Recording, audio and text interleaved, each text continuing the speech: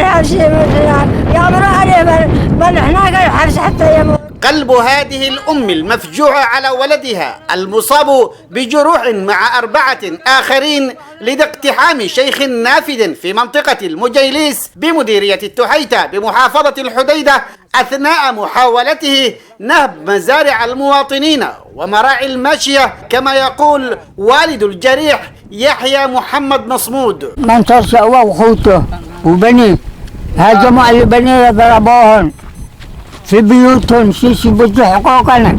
أنا جاء ناس فقراء ضعفا ما لنا قدرة ضعفا شيش بدوا حقنا بالصمال. أفرجت نيابة زبيد أخيرا عن الضحايا المسجونين لديها، بينما المتهمون باقتحام القرية طلقاء يهددون بنهب الأرض حتى مراقد الأطفال. مضروبين ومحبوسين داخل النيابة. موجود هناك عند مدير النيابة عبد الكريم ومنصور شعبي، وحنا ضايعين لا لحنا حد، والآن مضروب ومحبوس.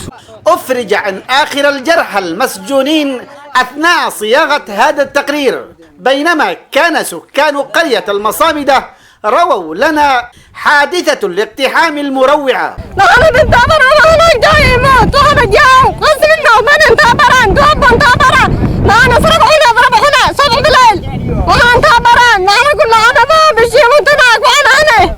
اتصلنا بمنصور شعوة المتهم مع مرافقيه من قبل سكان قرية المصامدة بالاعتداء عليهم، فطلب الانتظار 2 يومين للرد، وحتى اليوم الرابع ونحن ننتظر ولا رد على اتهامات المواطنين له بإثارة الخوف والرعب ضمن مسلسل حمى نهب الأراضي بالحديدة. عبد الحفيظ الحطامي لقناة سهيل الفضائية، عزلة المجيليس، مديرية التحيتة، محافظة الحديدة.